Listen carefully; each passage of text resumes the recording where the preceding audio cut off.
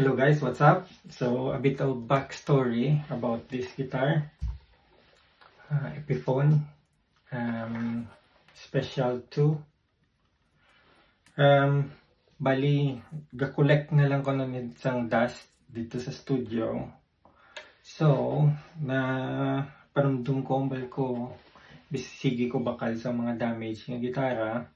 Nagambal ko dito sa tag-iyas ng studio, kay Matt. Kung pwede na ako ni dalon, kinswap ko akong gitara tong Nevada na may Encore, yung Frankenstein na gitara. Kinswap ko with this one. Tapos pagkuha ko sini, loose ni kayo ang volume na pot, loose ni. So, in-check ko sa likod, nabrihan, wala man sang loose wire o mga na-disconnect na wire. So, tighten ko ni, tapos loose gamay, tighten na ko. Tapos, yung testingan, wala nagandar.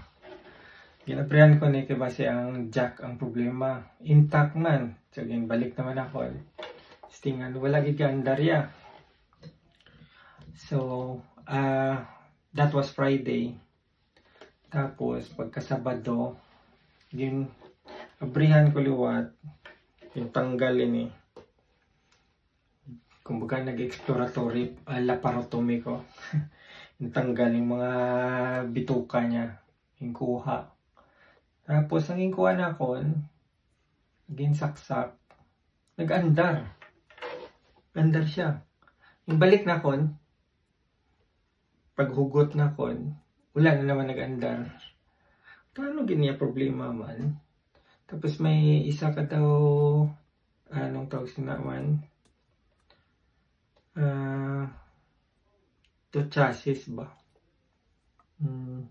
Washer. May washer nga nara dito sa sulod. So, bako para tiin naman. So, balik na ako, butang na akong dire. So, iya to by guru ground or something. Then, nilus man yung takop. So, bitad na kong gamay. Nabalik. So, andar na siya. So, sang napaandar na ako, may nating tunog ang duwa ka pick up. Gandar man ang iyang 3-way switch. Nagbakal ko kwerdas. So, ang storya ta karon is more on sa kwerdas. Ni, first time na ko ni i-try Ernie Ball Primo Slinky. Kay custom yung gauge. So, 9.5 to 44. So, interesting na testingan. Pero ako na nilimpyuhan. Tapos, tanta kwerdas. Gani, pagitatapan o talimpyuhan yung gitara. Pagbutang ng kwerdas, try na to na yan. Kita-kits!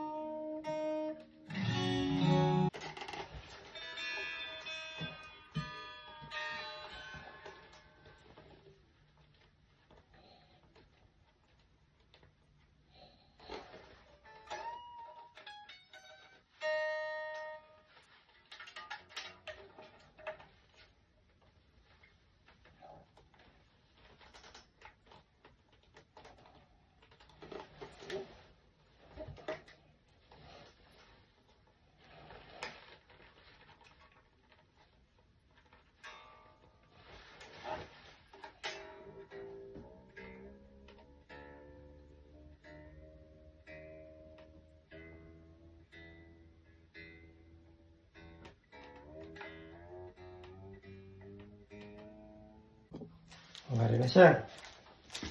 Umanagid.